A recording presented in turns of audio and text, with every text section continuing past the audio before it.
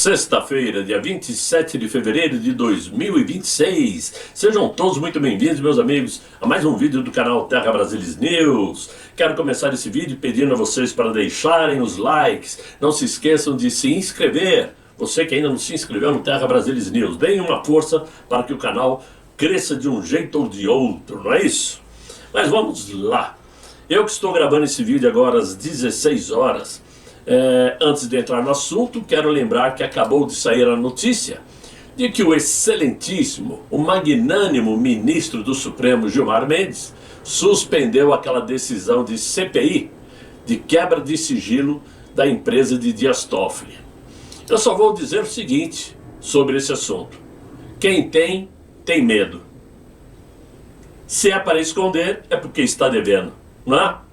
Mas é assunto para outra hora. Porque o que eu quero dizer é o seguinte, que hoje pela manhã aconteceu uma reunião importantíssima entre Flávio Bolsonaro e o governador de São Paulo, Tarcísio de Freitas, que aconteceu logo cedo, lá no Palácio dos Bandeirantes, e marcou um daqueles momentos em que a política deixa de ser apenas especulação e passa a assumir uma forma concreta. Chega de acho que, talvez seja, penso que sim, penso que não. Não, agora é fato. Essa reunião não ocorreu para que depois acontecesse um discurso inflamado, nem uma grande manifestação popular televisionada, mas foi uma reunião muito mais sutil e justamente por isso mais poderoso. Quando o governador do estado mais importante do Brasil aceita coordenar uma campanha presidencial, ele não está apenas oferecendo apoio, ele está colocando o peso político do maior estado brasileiro, estrutura administrativa e principalmente credibilidade institucional sobre um projeto de corrida eleitoral. É como se o eixo econômico do Brasil dissesse, ainda que sem alarde: agora é sério. Já não é mais suposição.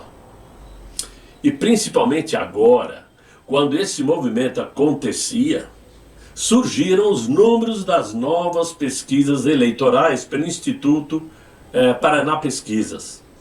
E essa pesquisa trouxe um dado que mudou completamente o humor da esquerda, o ambiente político da esquerda brasileira. Pela primeira vez em muitos cenários analisados e num curto espaço de tempo, Flávio Bolsonaro aparece à frente do atual mandatário. Não como um fenômeno passageiro, mas como uma tendência em consolidação e com uma tendência de aumento.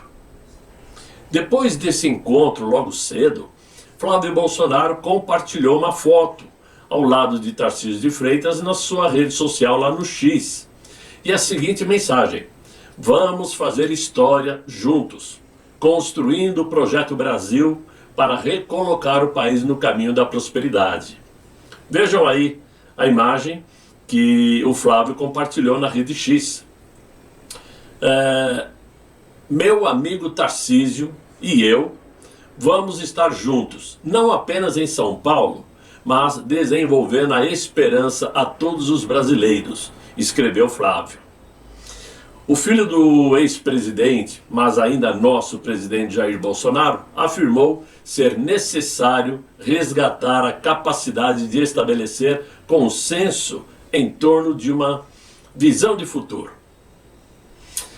Então, meus amigos, o importante é perceber que em Brasília, pesquisas não são apenas estatísticas. Elas são feitas a todo momento, a toda hora, nem sempre divulgadas, porque às vezes são pesquisas particulares que algum parlamentar contrata para saber o seu desempenho, para saber isto ou aquilo. Mas essas estatísticas funcionam como uma espécie de bússola de poder. Deputados começam a recalcular as alianças. Os partidos reconsideram estratégias. E lideranças regionais passam a observar para onde sopra o vento eleitoral. A partir de uma pesquisa, eles se movimentam, eles se movem para um lado ou para o outro, mudam estratégias. E o que antes parecia apenas continuidade de um grupo político bolsonarista, começa agora a ganhar contornos de renovação organizada para a direita brasileira. Ou seja, o que se vê hoje é uma construção de uma transição, onde a experiência, o legado e a nova articulação caminham lado a lado. Flávio Bolsonaro deixa gradualmente de ser apenas o filho e o herdeiro político do maior líder da política brasileira para assumir a posição de protagonista, enquanto Tarcísio de Freitas representa aquela ponte entre mobilização popular e confiança administrativa de São Paulo. Eu sei, muitos não gostam do Tarcísio, outros dizem que nunca votariam nele, mas ninguém chega a um governo de estado como São Paulo e fica só porque foi eleito. Não, Tarcísio entrou num trabalho pensado, propagado e estimulado por Jair Bolsonaro, que desejou que ele saísse candidato para o São Paulo, porque conhece muito bem Tarcísio de Freitas, e Tarcísio de Freitas está fazendo um excepcional governo, tanto é que tem um índice de aceitação acima de 60%. E dizem que o Inácio vai lançar a Haddad para concorrer a governo de São Paulo. Vai, coitado, vai indo que eu vou fundo, como diz o outro, né? Agora, esse tipo de convergência não nasceu por acaso. Isso vem sendo trabalhado nos bastidores, sem alarde, em reuniões com Jair Bolsonaro. Nosso presidente conversou com Flávio, conversou com Tarcísio, conversou com todo mundo e estabeleceu uma estratégia, uma meta. E ela surge quando diferentes setores percebem que existe viabilidade real de governo, não apenas de campanha. Por quê? Prefeitos começam a se aproximar. Empresários reduzem resistências. O sistema financeiro se alegra. E até adversários passam a tratar o movimento com cautela muito maior. Porque liderança política não se afirma apenas no discurso. Não basta só falar bonito. Ela se revela quando outros líderes decidem caminhar juntos.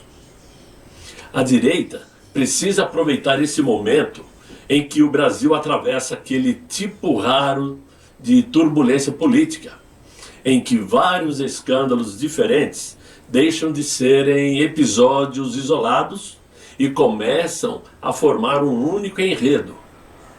E quando isto acontece, os veteranos da capital sabem reconhecer o sinal. Não se trata mais de uma crise pontual, e sim um rearranjo no tabuleiro de poder em andamento.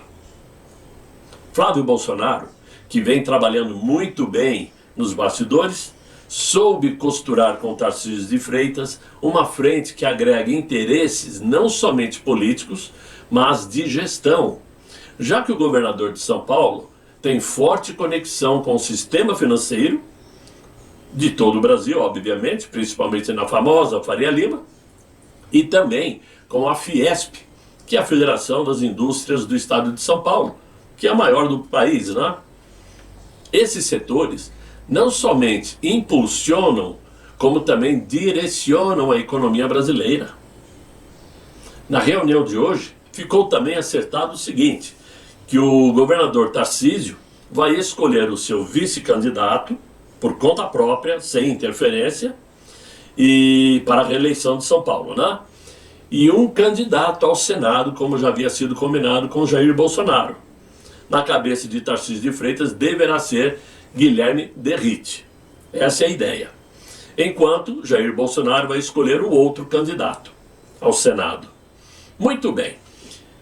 Esta, a meu ver, é a melhor informação do dia, porque você não pode simplesmente imaginar que sem um coordenador com credibilidade, o Flávio Bolsonaro poderia caminhar rumo a outubro de 2026. Era necessário uma pessoa de confiança, uma pessoa com credibilidade, com estrutura política. Imaginem os senhores, a capital de São Paulo sempre teve uma tendência mais para a esquerda. Porém, o estado de São Paulo num todo sempre teve tendência prioritária para a direita. E suas prefeituras, obviamente, pleiteando também seus interesses próprios, não vão deixar de seguir, de aderir à ideia de Tarcísio de Freitas em apoiar Flávio Bolsonaro. E essas prefeituras vão trabalhar suas bases, fazer suas propagandas pró-Flávio Bolsonaro, presidente do Brasil. É assim que funciona a política, né? Quando é necessário fazer articulação política com outro partido, que seja feita em prol de um bem maior. Porque é assim que funciona na política. Sozinho, ninguém governa. Tal partido vai dar apoio a mim desde que eu dê apoio a ele em outro lugar. O que importa é que nós queremos Flávio Bolsonaro presidente do Brasil. E ele vai saber coordenar muito bem com seus aliados, seus apoiadores, toda a direita brasileira que está empenhada, inclusive, em desmascarar o atual governo com a CPMI, né? É muito importante a gente lembrar disto. Por isso esse momento é importante, porque o atual governo está fragilizado, está enfraquecido, e segurança pública e corrupção vão ser as pautas principais no pleito eleitoral. A direita vai saber usar muito bem segurança pública, porque ninguém nega o desastre que é a segurança pública do governo federal, né? Com ministros de justiça que nada entendem de segurança pública. Por isso esse caos que aí está. Todos sabem perfeitamente que a corrupção, então, vai ser o prato principal. Porque nunca um governo esteve tão envolvido em diferentes escândalos como este. E aí, nós temos que lembrar o seguinte: já recorreram para o ministro Gilmar Mendes, então, cancelar esta abertura de investigação nas contas da empresa de Dias Toffoli. Isso é sinal de que realmente estão desesperados, isso não pode aparecer. Em compensação, a própria Polícia Federal, com autorização do ministro André Mendonça, já está investigando as contas das empresas de Dias Toffoli. Ou seja, esse cancelamento do Gilmar foi aquele que foi pedido pela CPI do crime organizado. Não sei por qual motivo pediram aí para investigarem as contas das empresas de Dias Toffoli. Mas a Polícia Federal já está investigando a empresa do Dias Toffoli e de seus irmãos, assim como também está no jornal hoje que a Polícia Federal já tem os dados de Lulinha nas mãos e já está começando a fazer os cruzamentos. Isto não tem mais como voltar atrás, porque um outro ministro não pode derrubar a decisão de um ministro do Supremo. O que André Mendonça decidiu está decidido. Se a Polícia Federal já está cruzando dados, é porque esses dados vão aparecer, em algum momento vão aparecer. E aí temos que lembrar o seguinte: muitas pessoas estavam aí algum tempo atrás, até há poucos dias atrás, falando mal do André Mendonça. Cadê o ministro terrivelmente evangélico? Em conotação ao que dizia o nosso presidente Jair Bolsonaro, que iria colocar um ministro extremamente evangélico, né? Aí está André Mendonça. Não podemos esquecer que o André Mendonça trabalha em cima da Constituição. Então existem decisões que nos desagradam, mas é porque a Constituição assim diz. Esse camarada não é obrigado a participar de uma CPI e falar. Ele pode ir ou não, vai se quiser. Só é obrigado quando a pessoa é uma testemunha. Quando é investigado, não, ele não é obrigado a produzir prova contra si mesmo. Por isso, André Mendonça dispensou Vorcara de comparecer, né? Dispensou outras pessoas, enfim. Mas, no bastidor, na questão política, econômica, em caso de corrupção, ele está dando toda a abertura para a Polícia Federal trabalhar, não está poupando ninguém, até porque, cá entre nós, o Lulinha não tem cargo político. Não tem cargo político. E está sendo investigado pelo Supremo Tribunal Federal porque está envolvido em um caso de corrupção dentro da CPI do INSS, que é federal. E o André Mendonça não está tendo medo, ele está agindo dentro daquilo que é previsto para uma pessoa que é evangélica sim, cristão, então está sendo honesto com suas convicções. Temos que dar os parabéns. Enquanto isso, a esquerda está desesperada, né? Por quê? Estão agora na dependência de Davi Alcolumbre decidir se barra ou não barra a investigação nas contas do Lulinha pela CPMI do INSS, porque a investigação pela Polícia Federal através de André Mendonça é uma coisa, e a investigação pela CPMI, o Davi Alcolumbre tem o poder de barrar. Ele é o presidente do Senado, presidente do Congresso. Só que esta situação se transformou num trunfo para Davi Alcolumbre. Ele está com a decisão nas mãos, que pode facilitar ou destruir a vida política do atual mandatário brasileiro. E por quê? Porque ele quer indicar o ministro para o Supremo Tribunal Federal. E esse ministro tem nome, Rodrigo Pacheco. Né? Enquanto o presidente brasileiro quer Rodrigo Pacheco candidato ao governo de Minas, né? Coisa que eu duvido que ele conquiste. Mas, para que isto tudo aconteça, para que Rodrigo Pacheco ganhe uma vaga no Supremo, o Toffoli tem que cair. E parece que tudo está sendo desenhado para que Dias Toffoli caia. Ou ele pede demissão numa boa, ou vai fritar até o fim antes de decidir sair. Porque a coisa para ele não está bem, não tem nada favorável. Então ele vai cair. Ele caindo, o que acontece? Pode acontecer aquela jogadinha, né? O Inácio indica o Pacheco para uma cadeira do Supremo e o Davi Alcolumbre mexe os pauzinhos dele para barrar o andamento na CPMI. Só que isso não vai mudar nada. Por quê?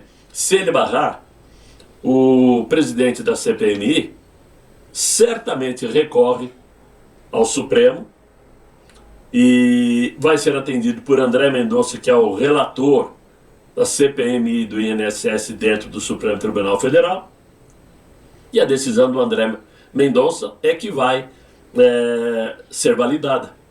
Então, Dias Toffoli não tem vida fácil, Lulinha muito menos, e o atual mandatário vai derreter daqui por diante. Prova é que, além de ver Flávio Bolsonaro subindo, ele por si só está caindo por conta própria. E olha que essa pesquisa foi feita antes da decisão que saiu ontem de investigar as contas do Lulinha. Ou seja, uma próxima pesquisa certamente vai mostrar uma vantagem muito maior a Flávio Bolsonaro. E se eu pudesse dar um conselho, eu diria o seguinte: Flávio Bolsonaro, cuide-se. Cuide muito bem de sua segurança. Porque nesse Brasil de hoje tudo é possível. Tome como exemplo seu pai. Não é? Isso é muito importante que seja dito. Não para pôr medo, mas para garantir vida longa e segura. Não é isto?